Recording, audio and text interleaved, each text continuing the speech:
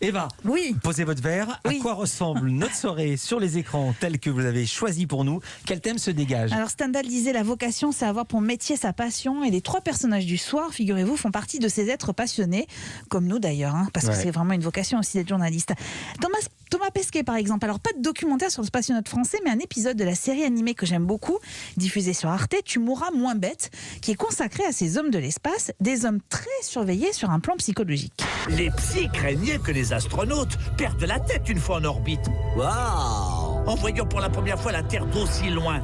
Ce phénomène a d'ailleurs un nom, le Breakaway Effect. Et il se manifeste soit par une totale euphorie, c'est trop beau, soit par une angoisse très forte. C'est une pastille de 3 minutes, à la fois humoristique et pédagogique. Tous les épisodes sont à découvrir sur arte.tv, je vous la recommande vraiment. Autre vocation, Elliot de Belabre est un jeune anthropologue. Il est dans une forêt amazonienne à la recherche des utopies. Il se retrouve face à leur chef, en l'occurrence, une femme, arme à feu à la main. T'es qui, toi? Tu veux quoi? Alors, je suis Elliot et je suis anthropologue.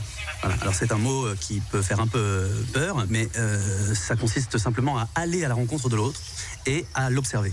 Voilà. Je me mets dans un petit coin et hop, j'observe ce que je vois autour de moi. C'est un travail, ça? Oui.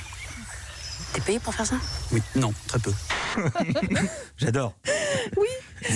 Oui, Philippe. Non, mais les utopies, c'est quoi les utopies? Comme si on savait tous ce qu'étaient les... C'est une tribu qui est en Amazonie et que recherche ce jeune anthropologue.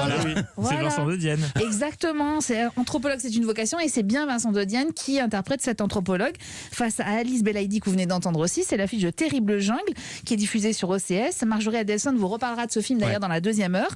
Une comédie avec à l'affiche également Jonathan Cohen et Catherine Deneuve. Et puis dans les professions qui requièrent de la passion, il y a aussi les profs. Retour ce soir sur France 2 de Vincent Picard dans la série L'école de la vie dont vous avez parlé hier avec Florence Pernel.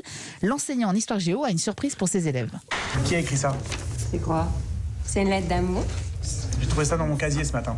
Cher monsieur Picard, tout le monde sait que vous tenez à votre image de prof rebelle et cool. Mais à force de faire n'importe quoi en cours, vous allez finir par nous mettre hyper en retard sur le programme du bac.